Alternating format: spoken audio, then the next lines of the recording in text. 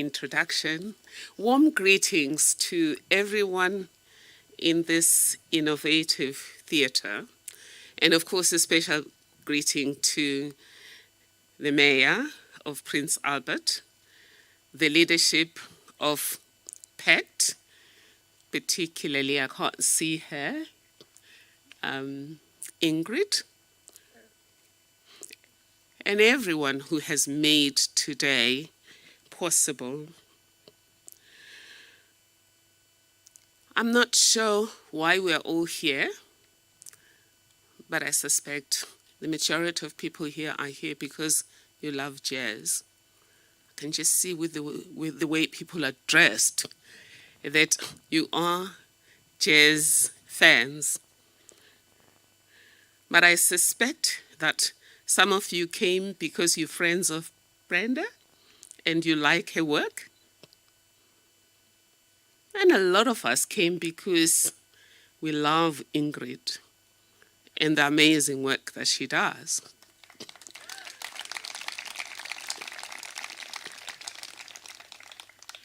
But I suspect, though, that since we've been here,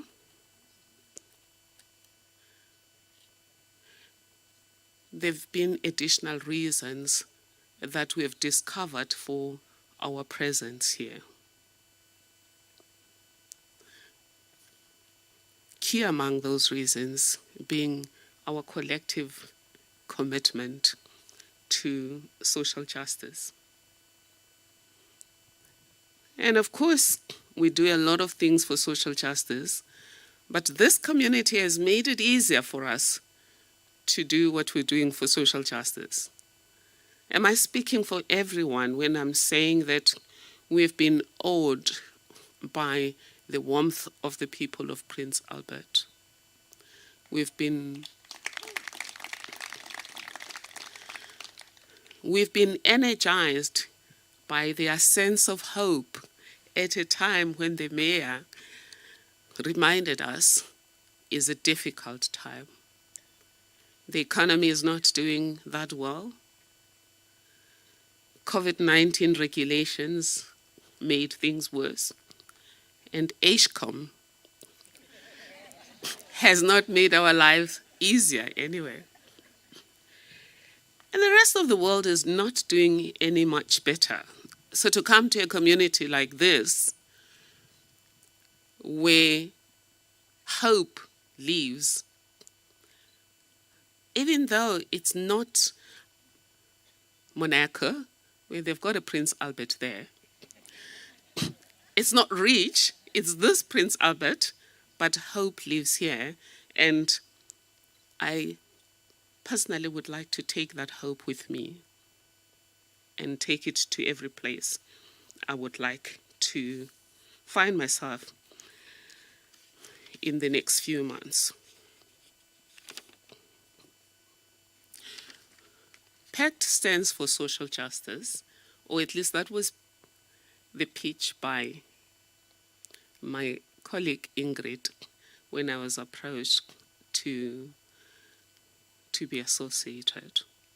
And of course, when she told me about the things she does, I was convinced that if all of us were to do what she and the PACT team are doing, South Africa would be a land of hope. So why should you and I care, though? Why should you and I care about social justice? Well, one of my experiences on social justice was when I was a kid being raised as a Seventh-day Adventist. Supposed to be in church today. But it's a long story about why I now find myself worshiping on Sunday.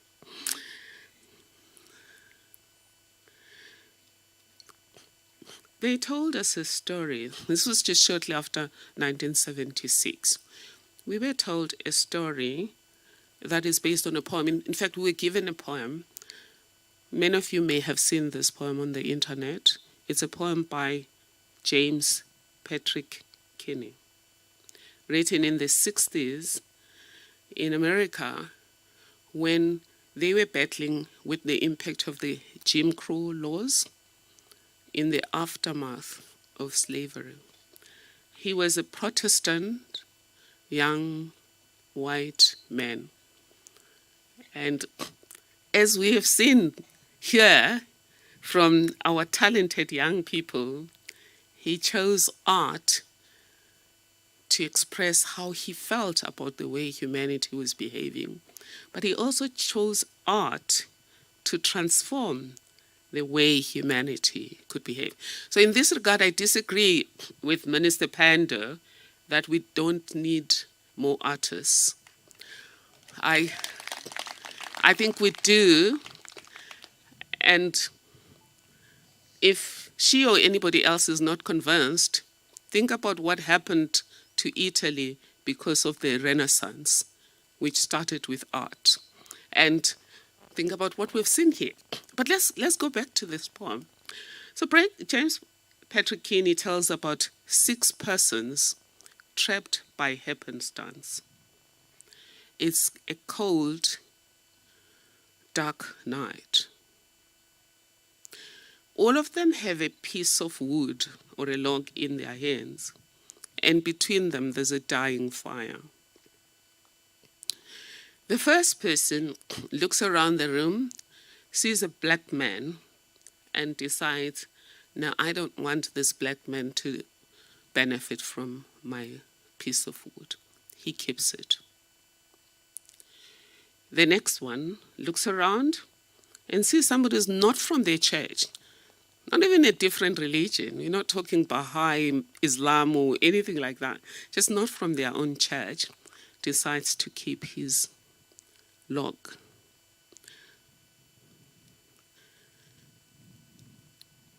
A rich person looks around and sees a poor person and thinks, oh, the shifty poor, the lazy shifty poor. We know poor people are not lazy, but that's what he thinks, and he keeps his log. And the poor person, not knowing what the rich person is thinking, he also keeps his log because he doesn't want this rich person to benefit. A black person looks around and sees all of these white people, and his eyes speak revenge for all of their exploitation in the past. And the last person is like some of our friends that we know. I have a lot of friends who honestly will never give you a cent if they can't claim it from SARS.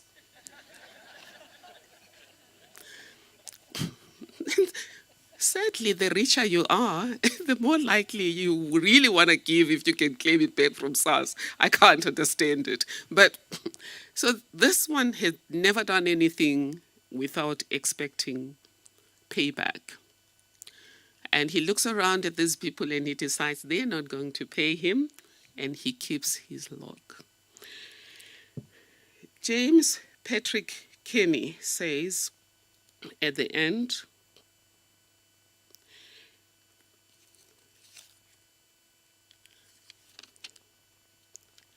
their logs held tight in death still hands was proof of human sin. They didn't die from the cold without. They died from the cold within. So that's really why you and I should care about social justice. It is about understanding the interconnectedness of humanity. Yes, it is central to Ubuntu, but a lot of archaeologists, like Dr. Judy Maguire, will tell you that most societies were not as selfish as hopes would like us to think. But if everyone only did what they were going to benefit directly from, humanity would have never survived. We're still here because those who went before us had a sense of the interconnectedness of humanity. And in Ubuntu, part of the principles include understanding that I am because we are. If I harm you, I'm harming myself. The impact on me will not be immediate. The same, if I help you, I'm helping myself. Again, you may not be able to help me immediately, but by you thriving, there's more of us against the elements of life that we have to face. This is why when Jan van Riebeeck, for example, landed here, the Khoi provided them with food, medication, etc. This is why when John Ross needed to cut across to Delgoa Bay, Shaka gave them food and a lot of men to go with. It was an understanding that if you're human and I'm human, we are interconnected. And our survival is interdependent on each other. So what fires are dying right now that this festival, this jazz festival, is going to help to revive? Well, one is the fire of social cohesion. I think we're becoming a very polarized world. Would you agree with me? And none of us can really be happy if we're living in a highly polarized world. You just have to be on Twitter to understand how angry humans are. And of course, anger, like acid, lives in the head of the angry person, as Mandela said. And when he left prison, he didn't want to carry any anger or resentment against anyone because he knew that then that would mean he's carrying prison all his life. So resentment, lack of social cohesion, but also lack of just human decency. Just lack of human decency wherever we go. Safety is one of the fires that are out there. Of course, the economy.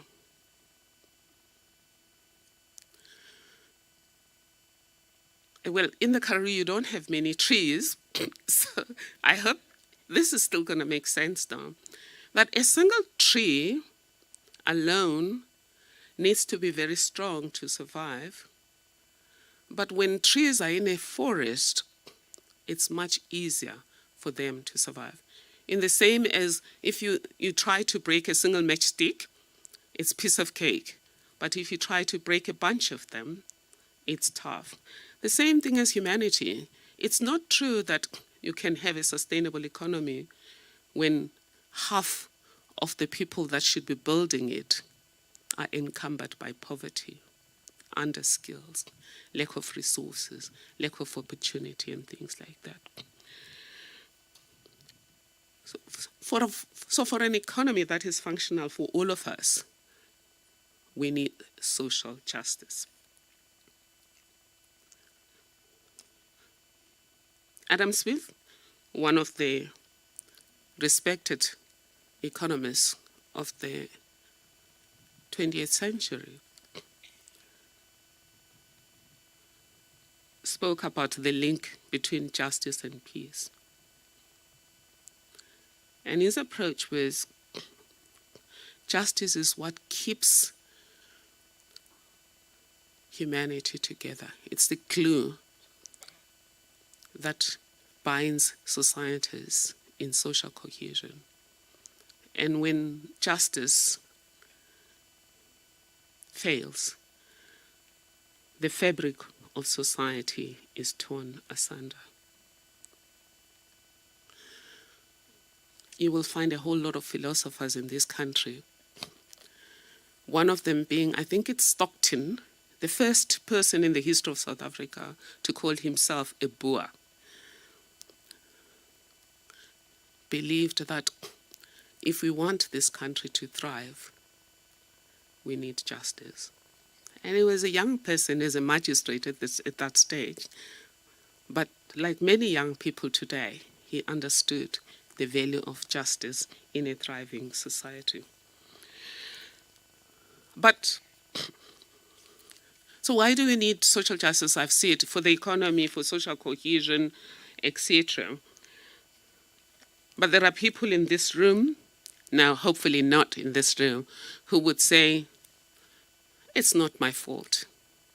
So I would like to add to James Patrick Kinney's people 2 more people. The one who says, whose job is it to fix the fire? Do we come across those in our dinner tables? Those who said, I'm not going to help solve the HCOM problem because I'm not the one in government. Well, if you're in a boat and it's sinking, it might sink on the side where it has a hole, isn't it? But down, we all going. So people might say, it's not me who caused the problem.